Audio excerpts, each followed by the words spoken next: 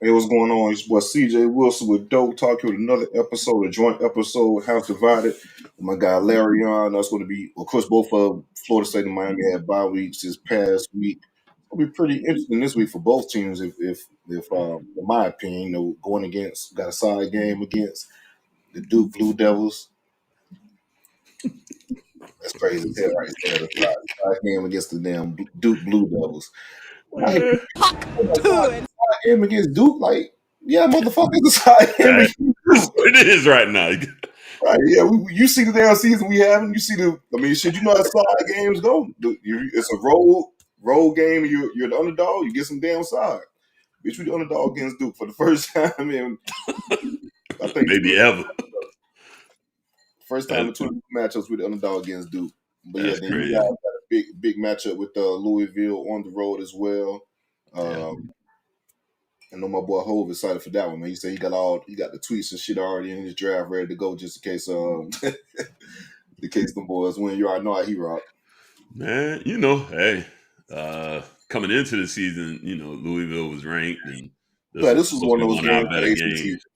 Yeah, I think it still will be, though, nah, honestly. I agree too. Coming into the season, this was one of the. Yeah, I mean, this doesn't take away from the preseason, but of course, coming into the season, this is one of those ACC games that you had circled, especially looking at Miami's schedule. This is one of those games that you definitely had. Hell, the schedule looks a little different actually on the back end. Now that the games have been played a little bit, QC isn't going to be an easy one. I think Fran Brown got those guys playing pretty tough. Yep. Georgia Tech, they're playing better ball, and you got the 5-1 fighting Manny's. What will be out for revenge? So the back end of the schedule, of course, Louisville and Florida State doesn't look as bad as it did preseason. Um, but nonetheless, yes, this was one of those games within the ACC. Was always a big time matchup. As far as like Louisville came into the season ranked, was in the ACC championship last year, and still have a chance to compete for it this year. Have to have some things go in their favor, of course, like starting off with getting a win against Miami. But nonetheless, they're still in the thick of the ACC race, so it's going to be pretty interesting. But how you been overall, though, bro? Good, man. Made out well. We had a hurricane blow through last week when we was getting ready to prep. Uh, we got lucky, man. It kind of touched down. I think it might have hit us as a one, so Mm-hmm. it wasn't that rough. Kind of blew through. Hell, some of my neighbors ain't even put their shutters up. You know what I mean? I really didn't want to put mine up either, to be honest with you. But the old lady was, you got to put the shutters up. I'm like, oh, child. All right, here, let me knock this shit out just so I ain't got to hear nothing about it. But made well through that, man. And other than that, just kind of vibing, man. Like you said, bye week. Kind of got to enjoy a nice, relaxed Saturday. And you had to worry about, cardiac canes giving me no cardiac arrest. So yeah, cool, man. How Good. did you guys get a lot of rain and stuff? Because I know up in Yeah. Daytona, for about an hour from you guys, it was pretty bad as far as flooding and stuff like that. You guys had those type of issues as well. Um, like out in Cocoa, I think they had a hurricane, not hurricane, I'm sorry, a tornado blow through. Um, but then like out here, nothing crazy, like nothing crazy rain, just regular shit. Nothing, everybody caught something from it. Obviously, that's on that band for sure. But nah, man, I slept right through it. I think it hit us at like 2:30 in the morning, something like that. It came late. Yeah, ain't lose no power or nothing. I was like, oh yeah, this ain't nothing but a storm, bro. I enjoyed myself. I slept like a rock. That was some good sleep, especially with them shutters up. It's all blacked out, the whole house dimmed out. Oh yeah, I got Right, it right, in. right. What about your lights? Do you lose power or anything like that? Nah, Okay. man. I'm kind of. One of my neighbors told me I'm kind of lucky because like they said we on the grid like with a hospital that's pretty Oh, that's close right. to You us. did mention that to me. Yeah, Yeah, so nah, we came out good, man. It wasn't none at all. Thank God. Hope we don't perfect. get no more. Skip through all the rest of whatever else coming. Yeah, man, for real. I think that's three we've had thus far from a Florida perspective as far as hurricane season. Yeah, and I think what New Orleans has taken, well, not New Orleans, Louisiana, they got hit earlier as well.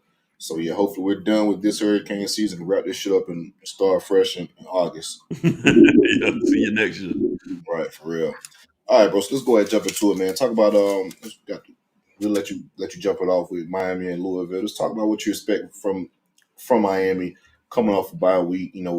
Had a it was a win nonetheless, but it was some issues that need to be fixed, especially on defense, in my opinion. And even I guess some of the I don't know if it's issues that need to be fixed, but just some of the good and the bad with Cam Ward a little bit. It was a lot of good for sure within the latter. Let's talk about this game. What you got? What you feel like Miami has to do? What you just feel about this game in general versus the Louisville Cardinals, who they're going to come out swinging for sure. Yeah, and that's the key is they will try to kind of come out swinging, try to take their shots if they follow the blueprint from Virginia Tech and Cal. And one thing you kind of notice is if you go back and look at some of the tape from those games, where we're really failing is Guidry has a tendency to be aggressive, which is his bread and butter. That's fine. But now teams are kind of keying in on that and putting guys out on islands and making them make the play. And our safety play isn't, as good as it was last year. Obviously, we had a third round NFL, safety come out. James Williams was playing safety for us. He ended up being a later pick and moving to his actual natural position that he should have been playing all along at linebacker. I swear that situation reminded me of Ray Armstrong so much. Man, I remember we met Ray, bro. I was like, this dude is humongous. Oh, Ray seemed like he still could play, didn't he? He could be a DN, let alone like a linebacker or a safety. Because same thing for him. He ended up going to the league. He hung around for a while. Kind of a journeyman, mostly playing special teams and stuff. But that's because he still had speed and athleticism. That allowed him to, I think he probably played somewhere in the eight-year mark, man, which is, impressive no matter which way you try to cut it up.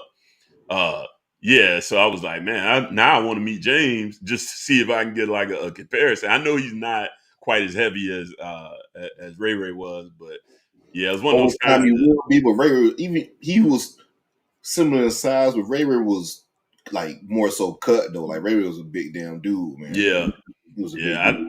I would think Ray probably Oh, played yeah. most of his career at probably around the 240-ish mark. Yeah. And most of the time James played with us. He was down in the 220s. So but I think he did that on purpose too. I think he made sure he Well, I kept can his see weight. him consistently being around 230, 235, 245 between that. Because in the league, you're in the game some way naturally more weight, bigger and just older. And like I said, him being a linebacker, he'll try to pack on those pounds versus Right. We'll as see. He looked kind of good in the preseason. I don't know what he's doing for them now, but anyways, so I think this is a game we're going up against. A potential NFL quarterback. I don't think he's an early draft pick or anything like that.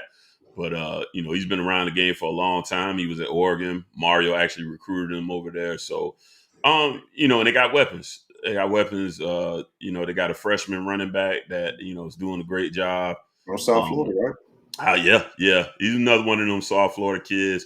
Little And matter of small. fact, I got a bunch of South Florida kids. You got the Brooks receiver from Ja'Cory, yep.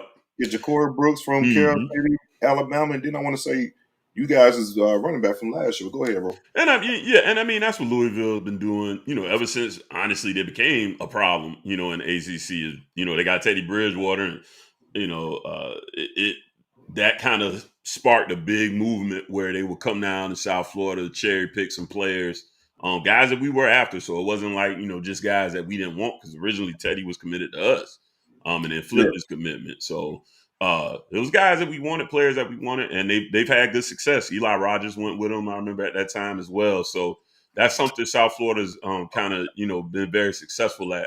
Louisville's been very successful at it as far as doing that.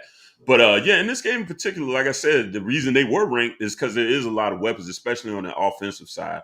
So I think the challenge for us in this game is going to be limiting the big shots early.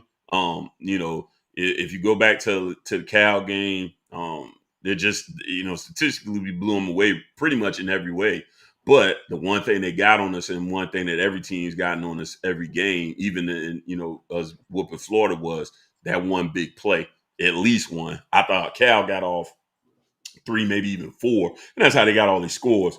So I think it's going to be important that he dials back a little bit of the aggression, try to protect the flats a little bit better because a lot of teams are attacking us there where they just, find out, hey, look, if you just swing it out to the flats and let these guys get a head of steam going, they can get huge gains.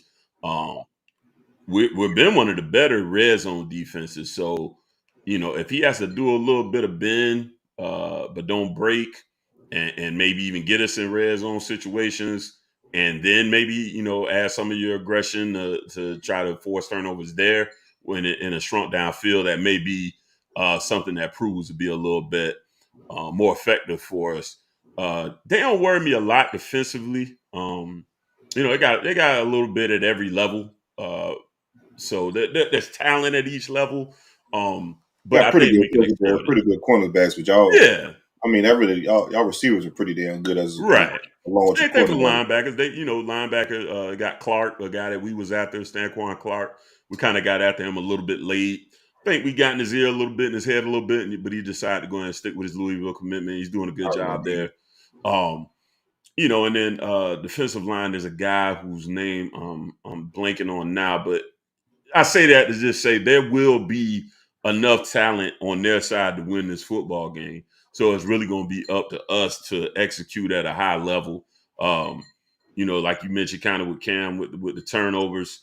Um, you know, it it probably isn't as bad as you may think at times, but a lot of times when it comes to turnovers, it's just the timing of it. So if we could kind of control things early on, don't give up the big shots, and because that's one thing with Cam is, um, he's going to look for the big shots, but I think if we also help him by not putting ourselves in these holes early as well, that could kind of keep him a little bit more contained and playing inside of the offense, and not necessarily trying to go big game hunting all the time. Um, so it's a game that again everybody gets up for. They sold their stadium out. I see the jokes about can't sell out our own, but we sell No, out no, no. I everybody get else. that, but I'm like, bro, like these motherfuckers celebrating away games or so. So I guess let's talk about that for a second. Let's talk. One, Florida was gonna be sold out. Like that Oh was yeah, gonna be sold out regardless. Two, Cal. Cal was fucking 4-1, the best record they had in years, and had college game day. That yeah. shit was gonna sell out. Now, granted, Well, playing it my was game day because of us. I get that, but at the same time, they haven't had college game day ever. Ever right? Right. Why So was college game day though? the reason because Miami's in town now. Of course, Miami being a part of the both you guys having a good record brings game day. But I'm not. That game wasn't sold out strictly because Miami came into town. If Florida State would have came into town, they were 4-1. If anybody came into Clemson, Louisville came into town, they were 4-1 with the good record they had game day. That game was gonna be sold out. Well, I give South you. Florida wasn't sold out. It was just a big crowd, mostly Cane fans. In Louisville, like we could have said preseason, this game was gonna sell out for Louisville. Louisville always packs a good crowd, and whenever one of those teams come in, they're definitely going to sell out. So I'm like, I don't know, but I get it. What I'm saying is like if we talking about, I'm not about to damn brag about fucking going to damn Boston College and that shit sold out versus my damn home stadium I'll be being sold honest out. with you. If we could go to Boston College and they sell out, I got to brag on it because they don't come otherwise. Not like that. Not like that. That show you the big show. I mean, it is what it is. And they gave us the game day game because you guys Yeah, no, were it was supposed to only be our game day it was game. only okay game that So that weekend, right, right. yeah, and then if you look at the rest of the schedule, because I started looking like, well, could there be another opportunity for us? But if you look down the weeks of the schedule, it's just never going to be another opportunity for Miami to get a game day game this week. Um, Even I think the week of our game, it would have been a shot if obviously if y'all had a good record and was ranked and all that. But I forget there's another big game that week. So if Nah, you I look think at it, we would have got it if we both teams would have been what they're supposed to be. Because at the very worst, we had one loss, uh, possibly if things right. go according to plan. But I could look real quick to see. But no, I get. I'm just saying this.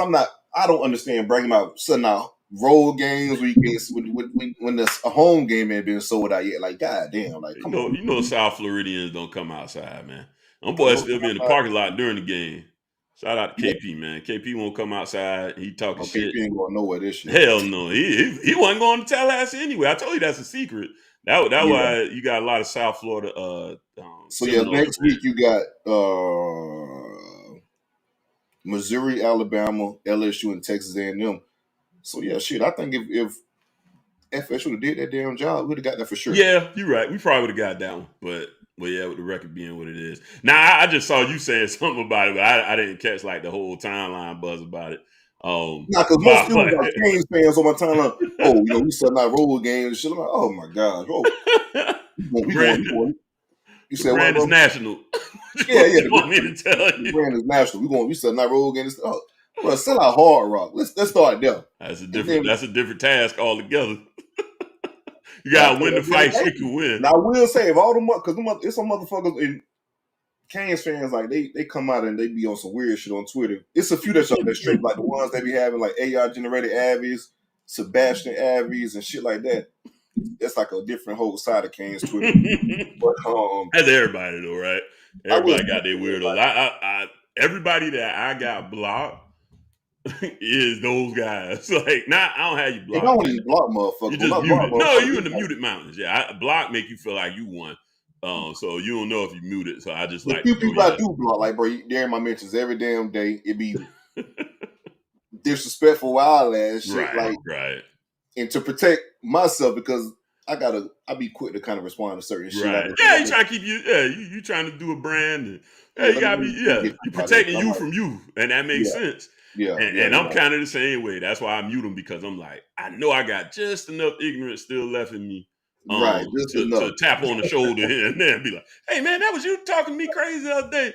But since you won't know because a bitch picture ain't being shown at all. Yeah, it depends. Some of them bold enough. Some of them bold. And a lot of that they just anticipate nothing's going to happen. And I'm like, well, you just don't know who you might be bothering. Yeah, and I had a Kane fan, a random ass Kane fan. Oh, he had me, Dibby, and a few others. Oh, these bitch ass Seminole fans ain't gonna come out y'all gonna come out next week. First of all, motherfucker, the last 4 FSU Miami games I done been to. Right. Like 2022, I was down. You was down the group. I was down there at the game and all. Shout out to my boy Kenny. Right. And there wasn't no energy at all like that. So none whatsoever. I was very close about being down there for that weekend as well too. And it ain't gonna be 9 out of 10 because even with most of the stuff with me, it just be a little bit of people do a little bit of running mine. It ain't that big. I don't really care, until you start calling me out my name. Then I'll be like, all right, now we taking it to a place we ain't got to go. Right, I gotta address it. I thought about that shit a long time ago. Remember we first did the first the first call-in show. Man, I thought about that shit like 2-3 days ago. I was like, I'm gonna fuck him up, man. And the funny part was, it's not that I didn't have nothing to say to him. It was just, I'm new to the show. I'm like, will I fuck up by going back at him just as hard or not? So I'm just kind of like, don't say nothing. Chilling. Yeah. Back in my mind, like, I know this motherfucker ain't just say that shit to me. But it is what it is. Yeah, but back to the lecture at hand, man. I anticipate a fairly good game. Hopefully, these guys they hearing some of the noise. They held a players only meeting just a few days ago. To kind of the way Restrepo put it was just kind of saying, listen, we ain't playing our best ball, and we're winning, but we gotta tighten up. We gotta play better ball in this. So you had a bye week. That gives the coaches and the players an opportunity to start fixing some of this stuff. So, when like the deficiencies I called out with some of Guidry's defense, that's another week to decide how you want to call this game, how you want to make the adjustments. Like, are we going to do the things that's necessary to either get these guys off of these islands, or are these players going to step up and make the plays that are available to make? Because a lot of this stuff will work, but when you got, Molly Noah, who's a linebacker that we anticipated getting a lot out of this year, and he's just missing tackles and, more than he had before. That's weird, bro, because if he made tackles last year, like, tackles. When I say made tackles, he made tackles that could have been big play out of the gate type of tackles. Right. Especially in the FSU game. Like, it's a lot of plays where if he wouldn't have made them tackles, that should have been a wrap for y'all on a lot of big plays. So that's kind of crazy to have. His game, I don't know if he's playing a little too aggressive. If times he's a bigger dude too. If he's gassed at times where we just need to kind of rotate. He just took a step back, but we still got 6 more regular season games. Can you get back to? I will say 31 took a step up. Oh, for sure, yeah. But Saint, I would say, is our best linebacker this year. And if only one was matching that energy, I think, this defense would be doing that much better and not giving up some of these plays. Of course, we still hurting a little on the outside. People have been exploiting Daryl Porter Jr. in the slot some because, he's playing nickel and he's really more of an outside corner. It's not his best position. Damari Brown still being out. Still don't have any word on him returning anytime soon. Really? That's been honestly just missing What's him. the issue with that? What's the issue? Mario don't tell nothing, bro. I ain't heard nothing. I done asked all my people. I ain't getting no word on them. I want to. Nah, let me not even say because I don't want to speculate incorrectly. But I know it's been a thing where it's still going to be some time. So I hadn't heard nothing about a surgery. See, it might take a red shirt this if that's the case. Yeah, I was about to say it depends on how much further this goes. But we do got Bain back. He got to get back last week and get some reps in and kind of get himself back in football shape. So the opportunity to be there to get this thing back together. In recent years we have been good off the bye week. I'm hoping to see a total change in attitude and everything. And I think this is a game that if we play our best ball, we can kind of silence some of the critics and get this thing put together well. Or otherwise, it's going to be 2017 all over again with better offense. But I do think this is a better team all in all. I really do sincerely believe that, and I think this is a team that can make a little run if we just play to the best of our abilities. So I think we ended up winning that game. I'm gonna say something to the tune of 38-24. And I don't think the spread is that big right now. Actually, I know it's not. It's a I'm not fairly, mistaken. yeah, it's a fairly small spread. So let's see if they, prove me right, get this thing kind of right the ship and get things going in the direction to finish up the second half of the season and go in dominant and towards trying to get into the ACC title game and then hopefully the playoffs. I talk about the big bad Mannies. Fighting 5-1. I gotta get to him. 5-1, man. Fighting Diaz's. Yes, sir. Shout out to Duke. Duke has been pretty much like last few years under Cutcliffe. I'm sorry, not Cutcliffe. My apologies. Cutcliffe was the previous coach. Last few years under Elko, and of course, Manny taking on Duke has pretty much just been like an all-time high as far as wins and things like that. Carried over to this year, so Duke is a solid program, playing really well, really good defense. 5-1. Spoke with Stephen Wiseman, the Duke insider, or sports writer rather, and Duke insider for the Raleigh News Observer. Check out that interview if you haven't. He brought some pretty good insight on Duke. But just looking at those guys, he spoke about Malik Murphy, the transfer from, I think Malik transfer from Texas, if I'm not mistaken. Yep. What stood out to me is he's not really running like that. This kid, he has a big arm, way bigger arm than Riley, the quarterback they had last year that transferred to Notre Dame. So it's kind of like a flip in regards to the styles of quarterback because Riley Leonard he didn't have a strong arm, really couldn't push the ball downfield, runs the ball a lot. You see the same thing in Notre Dame versus Malik, who doesn't really run the ball, doesn't scramble well, doesn't move around that well, and tries to push the ball downfield. So I think that bodes well for FSU's favor. As you guys know, mobile quarterbacks have been like an Achilles heel for FSU. You have a quarterback that's like a sitting duck. I mean, the last quarterback we played like that was the Cal's quarterback. We had like 7 sacks versus Cal and pretty much did whatever we wanted to on defense. So I think defensively, it's going to be a defensive game for both sides of the ball. I think defensively we should be able to do well against them. Their offensive line is pretty good. Got some pretty good running backs, some okay receivers, but it's nothing crazy as far as world beaters. Just looking at their schedule, the best defense they played thus far this year was Georgia Tech, and they scored 14 points against Georgia Tech, losing 24 to 14. Yeah, they're similar to FSU when it comes to offense. Like their season high in points scored is 26. They scored that 3 times, and that's against Elon, Northwestern, and UConn, University of Connecticut. I'm sorry, matter of fact, 45 is their season high. Middle Tennessee State, my apologies. Middle Tennessee State, 45 is their season high. That's a lot against them. Yeah, it is. But yeah, their best offensive team they played thus far, in my opinion, is North Carolina, and they beat them 21-20. And North Carolina had Duke now 20-0 at a certain point. So I think FSU is a 3-point underdog. People talk about the side game and stuff like that. This does technically classify as a side game. It sucks, but the shit is a sad fucking reality. Like we 1-5. Like this isn't no damn shock. Like y'all, we seen this team for 7+ weeks. So going into this game, we'll come out for bye week. I want to see how we look after with Brock Glenn. I'm really excited with what we could do moving forward with Brock. Showed a lot of good things versus Clemson, and Clemson I think has the best defense FSU's going to face this year. From a schematic and athletic standpoint, I really think those guys are really light on defense. Didn't do it. We didn't do it. We didn't give Brock. We didn't do any favors for Brock as well, and he pretty much got that shot in the mud. So when I say we didn't do any favors for him, the run game is still abysmal. We couldn't really establish anything on first and second down within the run game, make the yard and distance short for him. Defense really wasn't getting off the field and making the field short for him. We were pinning within the 10 or the 20, and instead of getting 3 and out, we'll let Clemson get about three or so first downs. They may punt the damn ball, or hell, they get down to the red zone and miss the field goal, so to speak. But at the same damn time, like I said, the field is flipped. So you pretty much have a long field for Brock Glenn, and you're not really establishing anything on first and second downs. So what he did against Clemson was pretty much just him, so to speak. Like all him making some shit happen. And of course, like I said, the receivers didn't really do him the favors as well. So I'm really excited. And this, from a play calling standpoint, it was some Michael still on his bullshit sometimes with receiver screens and things like that.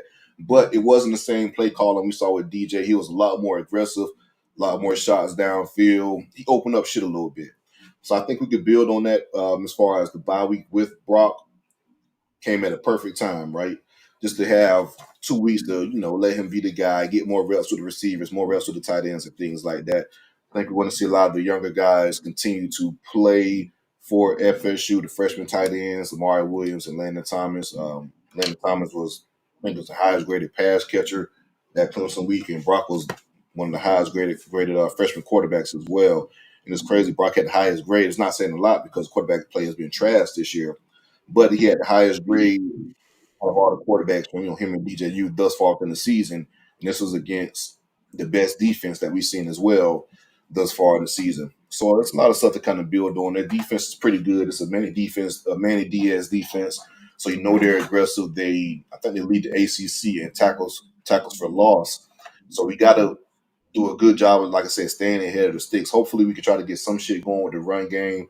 Hopefully. But my recipe is give Lawrence to a field of 15 damn touches, run and pass. Minimum 15 touches. The run game has been abysmal. We average like 2 yards per carry with all the other running backs. I don't know the exact numbers, like 1 or 2 yards per carry, and to a Philly averages 4. 4 isn't great at all by a long shot, but it's a lot better than what we've been getting from the other backs, especially with our offensive line. I take 4 all day.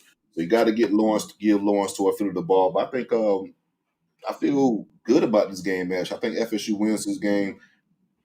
They scored more than 20 points, in my opinion, for the second time this year, which is crazy. In game fucking 7, we scored more than, I think we ended up scoring more than 20 points for this game. But yeah, I think we should be good for this one. But the biggest key for me from a defensive standpoint, which has me confident, is Malik Murphy does not run the ball. He just wants to throw the ball downfield. And that helps out our defensive ends and what they want to do. And, we got a defensive tackle like Josh Farmer that collapses the pocket and does a good job rushing from the inside. That makes it even better. So we'll see how it plays out. But, yeah, all eyes going to be on the offense and Brock Glenn and see if we can take a piece of side back to Tallahassee from Durham, North Carolina. Yeah, man. Give me real dogfight. 24-20, 24-17, 21-17, something within that ballpark. I think the under for this game is like 42.5. That shit's gonna be very damn close. One way or another. Yeah, seriously, it's gonna be very damn close. As far what as time do y'all play? 7 p.m. Friday. Oh yeah, prime time. So be a nice crowd out there, man. The Duke crazies. 25,000. It'll be real ruckus out there. So we'll see how it go, man. Big time atmosphere. 25,000 loudest nerds you ever heard in your life. Loudest fucking nerds you'll hear. 25,000. They gonna leave because they thought it was a basketball game. Right, for real. They thought it was a preseason basketball game, so they stayed over and decided to go to this FSU game. But yeah, man, I think I feel pretty confident. The reason being is Hell, if we had DJU, I probably wouldn't feel less confident. But I like what I see now of the young freshman quarterback, man. He really took some shots downfield. It was a play on Twitter, which was a big play for FSU. Ended up being a holding call, like a 60-yard, 50-yard net play for FSU. But we scored a touchdown against Clemson, got a 3-and-out the very next drive. Mike calls a deep shot to Malik Benson, and Brock threw a fucking dime. And I didn't realize he was on the opposite hash and threw it perfectly to the sideline, only where Malik could catch it. Malik got 1 foot in bounds, big time play. But it was a holding call that people thought was a phantom holding call, but nonetheless, it negated the play. But it was just shit you saw within that game that you liked. Hakeem Williams, like what I saw of Hakeem. I think we're going to start seeing, and Brock went to Hakeem and trusted him a lot and bailed him out in a lot of situations. So I think we're going to start to see Hakeem develop more and be featured more within the offense moving forward. I think he's kind of ready for it, and I want to see it. But it's been a free the youngest type of thing as far as FSU on Twitter and things like that. And against Clemson, they freed the youngest. There was a lot of young guys that played. And they was pretty damn productive. So I do want to see how that kind of carries over. But I do think we could beat the Duke Blue Devils. DJU is shut down for the year. Yeah. He had surgery on his hand. His right hand is in the cast and all. He's done.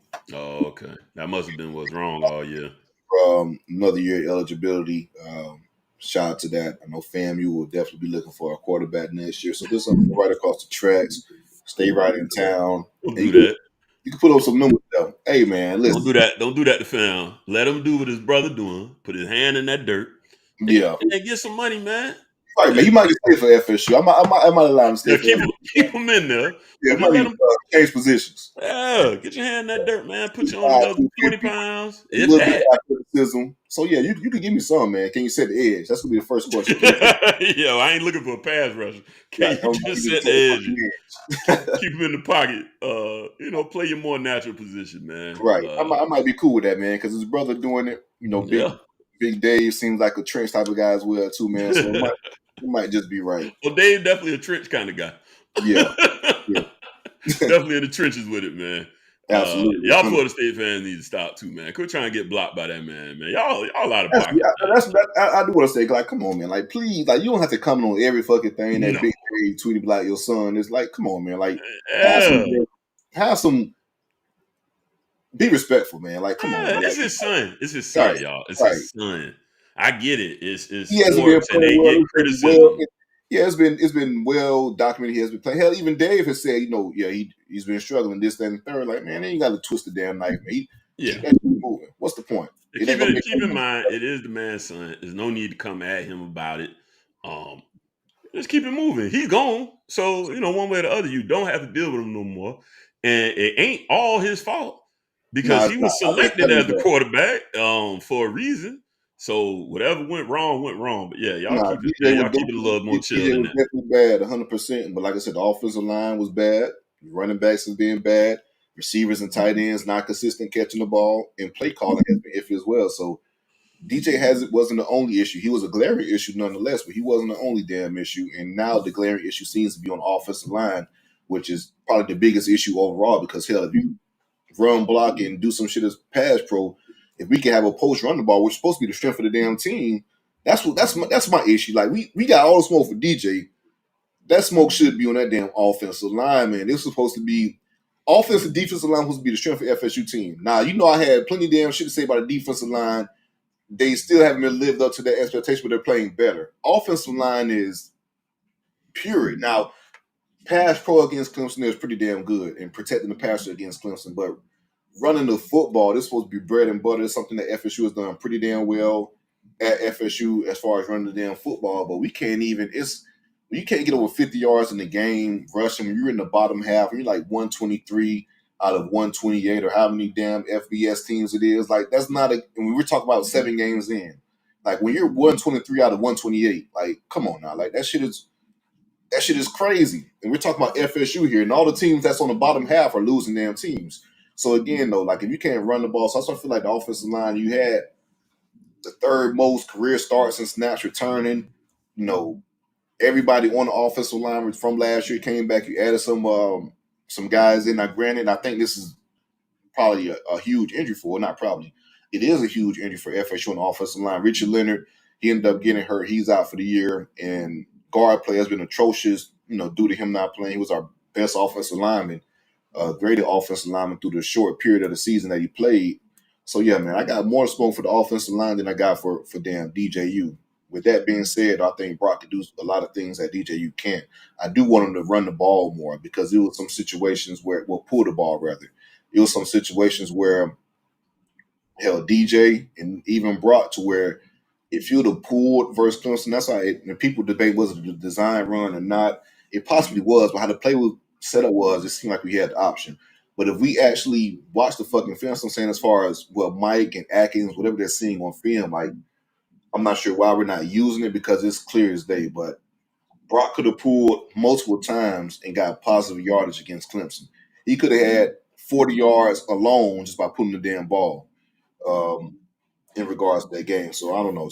Hopefully that's something that guys can see on film because if I can see that shit in the damn stands, you should be able to see it for one in the damn game. But you on show should be able to see it on film. Like that's something we can I use. feel like they do that all the time. It's very weird where you'll take a young quarterback and tell them to run these like option plays, right?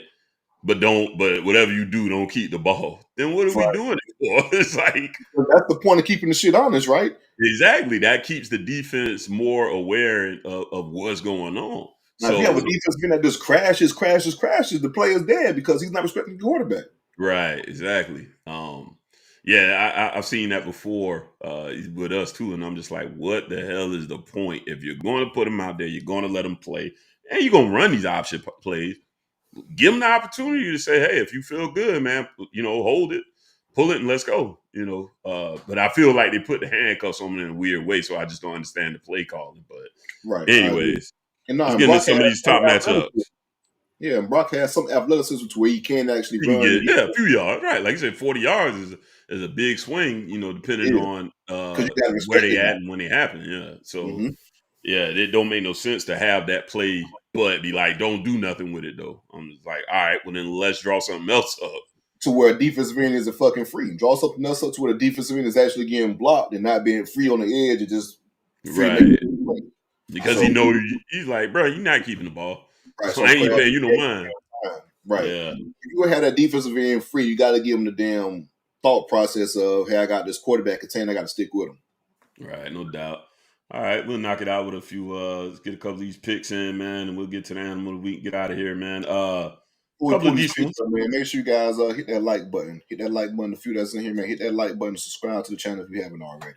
No doubt. Tell a friend, man. All right, we got Michigan and Illinois. Michigan 24 right now, Illinois 22nd. They are hosting, actually. Illinois is hosting, and they are 3.5 point underdogs in that one.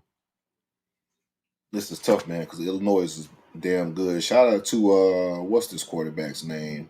Luke Altmaier, Illinois quarterback. Luke was committed to FSU for a while. Mississippi kid ended up flipping to Ole Miss in Lane and didn't pan out at Ole Miss, but ended up transferring to Illinois, and he's doing a hell of a job up there. Hell, Altmaier would have probably been our starting quarterback for this season if he'd have stuck through his commitment and things like that. But yeah, I'm gonna go with Michigan. I just think they got better players defensively, deep trench wise, offensive, defensive line. They should be able to kind of handle that well a little bit. I think it's gonna be a close one at 3.5. I think he is accurate. I think Michigan wins that one. Give me Michigan. All right. Champagne's gonna be rocking though, man. Yeah. I got a little outside connect with Illinois, so let's go Illinois, man. See if we can pull this one off. Um, I kind of agree with you. I think it's going to be a tough one. They playing good ball. Michigan has better players, but they still struggling mightily on offense. So, if Illinois can force a turnover or two, make this game a little bit more interesting, uh, you know, keep them turn a lot of 3-and-outs, which I think they just naturally will do because they just don't have a great offense this season.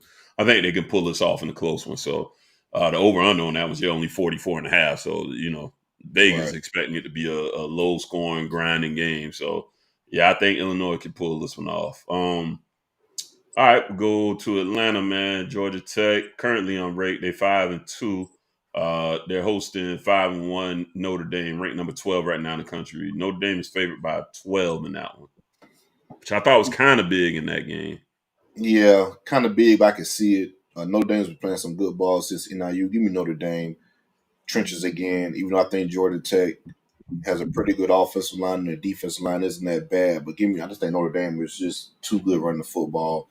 Give me Notre Dame. And you got to factor in as well. They got a running quarterback in Riley Leonard. Give me Notre Dame. Yeah, I think they kind of, in the opposite direction what you're talking about. I think they kind of let Riley get back to being who he is a little bit more, being that running threat more. That he really is kind of more of a run first, pass second type quarterback. And I think they decided to lean more into that, and it's helped clean up, pick up the offense, I would say. So I think Notre Dame pull this one off too. I don't know if they get them by the whole 12. But like you said, the trench is going to be a little bit better. Al Golden calling the hell of a defense over there in Notre Dame. Shout out. Shout out to Al, man. Great job, Al. Thank God you ain't in Miami no more, man. God bless you, though. I thought he was a great guy. I really did. That was 12 p.m. win, full suits on the sideline. In South Florida, man. Sweating like fucking crazy. All right, we got number 16. Nobody told this man this shit coming from Temple. He said his mama told him to dress like that. So why he dressed like that? Indiana, number 16, Indiana 6-0. Be hosting Nebraska. Over this one's Indiana is 6.5 point favorites on that one. Man, so shout out to all the Gator fans, man. They're the motherfuckers in full damn coach search mode right now, and they've been throwing some names out there. And I'm intrigued by Indiana and this coach, Kirk Signetta, real successful guy, pretty much been winning on every level he's been on. Past Indiana 6-0. They'll lose it. You said what now? They'll lose it. They think they're supposed to get Urban back. They get Indiana. I'd heard so many damn names. I'd heard this Signetta guy, of course, Lane. I heard Urban coming back. Like, them boys just in full damn coach search mode, like off rip. But no, just seeing shout out my guy T Black, man. He's one of the more level-headed Gator fans, and he was just pretty much saying, like, this Kirk guy is pretty impressive. In some of the interviews he's done to talk about winning and recruiting and all that type of deal. And what's his pitch to kids? Coming and said, "Motherfucker, I win." Like, go to I win. Check my resume. Say, look me up, Google me, or some shit like that. Right. And I remember, what's the quarterback that's committed to USC from Georgia? Julian something, man. But anyway, this is a big time recruit that ended up reclassifying to the 2024 recruiting cycle, and he took an official visit over this summer to India, and I put that shit together. He was like, "Man, this coach here, man, he's pretty damn just a good coach. We got a big relationship. I owed it to him, this, that, and the third, to go out there for this official visit, just to show my respect, that type of deal. We have a great relationship. He's been recruiting me for a long time, so I wanted to go out there and kind of show my respect, and that just made me think about this guy a little bit more. As far as I think he's a damn good coach. So I say that to say this. Give me Indiana, man. I'm kind of rooting for those guys. Julian Lewis, 4-star quarterback committed to USC. He ended up taking an official visit there. But yeah, so I'm gonna go with Indiana, man. I think it's gonna be a good one. Nebraska's done a hell of a job under your guy for as far as his second year. Yeah, Indiana. Yeah, I got Indiana in this one as well. I think it's going to be kind of a fun game. I think Rayola is going to have a little success through the air. Nebraska's defensive front is actually doing fairly decent as well. But yeah, I think Indiana pulls this one off. All right, we got Alabama, number 7 Alabama on the road to seed number 11 Tennessee. Alabama is actually favored in this one by 3. Yeah, it's a good toss-up game to me. It is. Last week, man, Tennessee kind of soured on me, even though it was a home game as well. The quarterback missed so many. He was just bad against Florida. And Florida really had a chance to beat them if Billy wasn't Billy. But yeah, give me Bama. I think Bama gets it rolling. And we know, as far as Bama struggling last week and ended up losing to Vanderbilt. But Kane DeBoer don't lose these type of games, but like when it comes to these ranked top 5, top 10, top 15 matchups, that motherfucker does the job. Like he does the job going back to Washington and even of course Georgia early in the year. So I'm gonna go with big game DeBoer. I like it.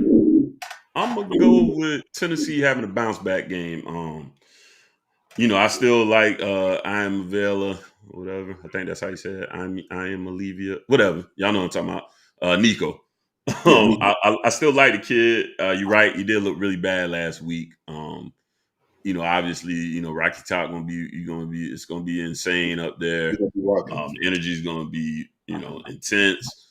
I think, you can kind of shake, the loss with a big win to come back and bam, at least establish yourself as a power in the SEC, which they've been trying to do for the last, decade, honestly. So, Bama's down a little bit for their standard. There's a great opportunity for them to strike. So, give me Tennessee to pull this one off, man. Again, in a close one, and exciting. I think that one's going to be an exciting one Man, too. I this shit's think they gonna can be pull that one. interesting, man. I'm All kind of right. looking ahead. I'm just looking at some of the games we got left. And we'll get to it on the last game, but this SEC, man, this gonna be interesting. It's a lot of 1 loss and 0 loss SEC teams down the stretch. That shit's Down gonna the be stretch, yeah. We got two more. LSU, number 8 in the country currently, 5-1. another On the SEC. road on Arkansas, yeah, 1 loss. They are on the road against Arkansas. This is one of the kind of more quieter rivalries, but it's an older rivalry in the SEC as well. LSU only favored by 2 in this one, man. Yeah, Um, give me Brian Kelly. I like LSU. I think those guys are kind of rolling and shit. Brian Kelly, man, he trying to get into the playoffs, man. So give me LSU. I don't like Brian Kelly. Um, I really want LSU to lose this game for DJ Pickett reasons. We're not going to get Elijah Griffin, which really hurts my heart. He's a Savannah kid. But Georgia strikes again. Can't, that ain't hometown though for y'all. We ain't close to Athens like that. But Georgia did what Georgia do. I ain't no rat, but they did what they had to do. And they're gonna keep old boy home. So that one, we was in it with USC and Georgia. So I thought, he was looking at big city bright lights. Looks like he gonna decide to go in that podunk ass town. It's cool. I get it. You're gonna win some games there, brother. I get it. Right. But so yeah, give me Arkansas, man. I just want this upset bad, to be honest with you. And it's 2 points, so maybe I ain't too far off base. All right, and then our last one, game of the week for sure. Georgia goes on the road to face Texas. Georgia number 5, Texas number 1. Georgia, of course, only having that 1 loss to Bama. Texas is 4.5-point favorites. Yeah, so like I was saying, man, like this SEC. So say for instance, if Georgia wins this one, man, like this SEC race down the stretch is going to be very, very interesting. This is one of the games a lot of people have circled coming into the season as one of the better matchups within college football for the season. Also, I guess just a test to see if Texas is really like that as far as being the big dogs and the big dogs, so can be compared to the likes of Alabama and Georgia. Um, I'm gonna go Texas, man. Give me Texas at home. I like what Texas has been doing this year. You got the quarterback, you got the receivers. Uh, Offensive line, defensive line is on par with the SEC teams, Alabama and Georgia. Home game. Matthew McConaughey gonna be on the sideline live, man. So, yeah, man. Give me Texas, man. I'm gonna go Texas. I'm gonna agree with you there. I think Texas has been kind of building this for a while, kind of in that same vein as Tennessee. The recruiting looks like they would be better than they have been, but it's finally coming together. Yeah, give me Texas. And it ain't the downfall of Georgia by any means, but yeah, I think it's the arrival of Texas to the bigger stage.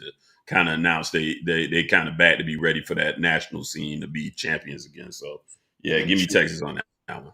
yeah, and Georgia can have 2 losses and still go into the ACC championship and win that shit too. Like that's how crazy it is. But I'm gonna go with like I said, I'm gonna go with Texas. All right. All right, we got just like 2 minutes left. Let's try to get these animals a week out real quick. Which one you got ready, Harlan? You go ahead and go Go. first, bro. All right.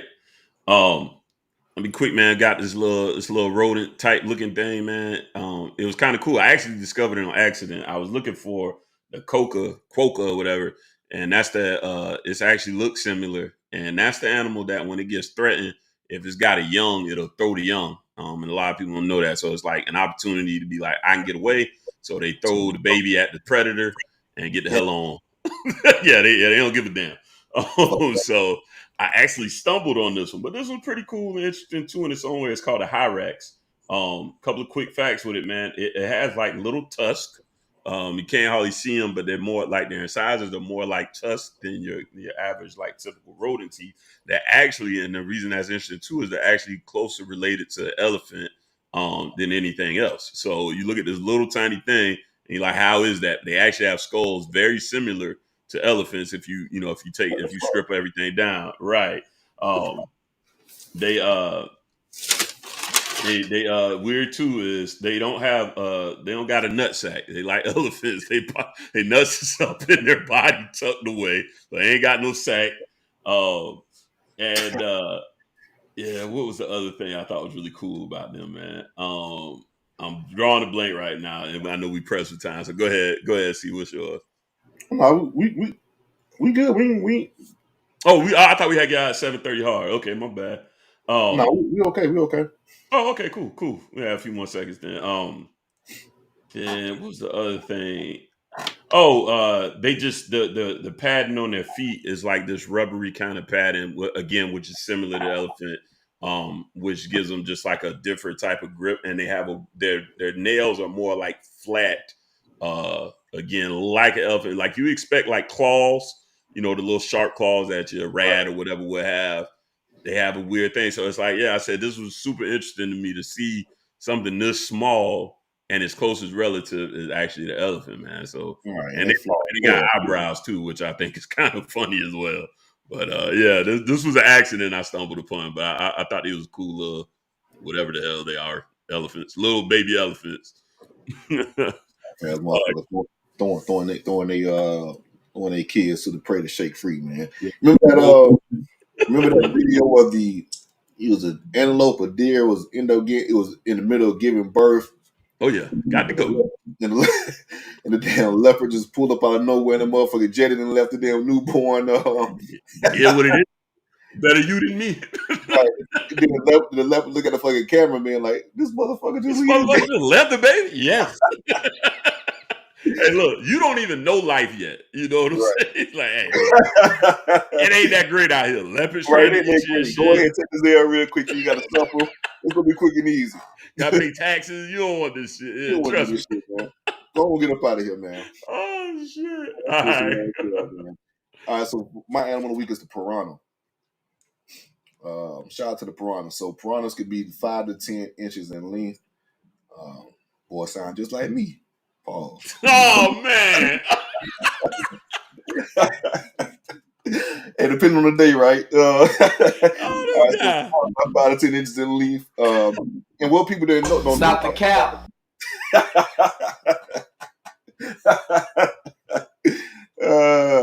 What people don't know about the piranhas, man, there's actually 30 to 60 species of damn piranhas, man. They're South American native, of course. They move up in packs. They don't really hunt alone, man. So they're like pack type of fish, I guess you say animals. Up to 1,000, the pack could be up to 1,000 damn piranhas. So you see why they can be so dangerous in certain situations. They shed their teeth and they actually regrow their teeth, which is crazy. Um, they run in packs, but they're more so ambush and chase type of predators in regards to their prey. The type of animals they eat: small fish, insects, crustaceans, and plants. I know it's a lot of talk about piranhas attacking humans and all that type of deal. That's really not the case. Piranhas don't really attack humans. Now, if you in a situation to where they feed on some small fish, and you just casually walk through in that area or some shit, you may be a casualty of war. They'll definitely get after you then, but they're just not on the hunt for humans and things like that. They're actually great communicators. They have 3 different calls. They even bark like dogs. Um, yeah, it's crazy. They even bark like dogs. Like I said, little threats to humans. They're omnivores. They eat plant and meat. Some species are actually vegetarians. So shout out to the piranhas, man. They're not what you guys think. You know, you had the movies and all that shit. Pretty much how Free Willy made them orcas all nice, cuddly, and warm, and you got Coca-Cola and all that shit. Made the polar bear, oh, this cute little cuddly animal. Them two motherfuckers are some of the vicious motherfuckers on this planet. And piranhas on the opposite end, they're not damn man eaters. I mean, it takes a lot on for to kill a person in the first place, but you got to be in a certain area, certain situation to even be approached by them. So shout out to the piranhas. Yeah, they had a bad PR team all these years. Anyways. Big bad PR. All right, that's what we got for this one, man. Make sure you guys, like I said, like this video, subscribe to the channel. Lock in. We go hang out. Of course, we go talk Miami. We go talk FSU. We go have the jokes, the humor, the comedy as well. And of course, we'll give you this nerd shit and talk about some animals and stuff like that. Make sure you guys like and subscribe. And come hang out next week. We're going to have, of course, Miami FSU. Big weekend. I'm going to try to get some guests on the line just to hang out, some former FSU and Miami players, just to talk about the rivalry itself and what it means to them. So we'll work on that. But again, make sure you guys like the video, subscribe to the channel, tap in with us. No doubt. Peace.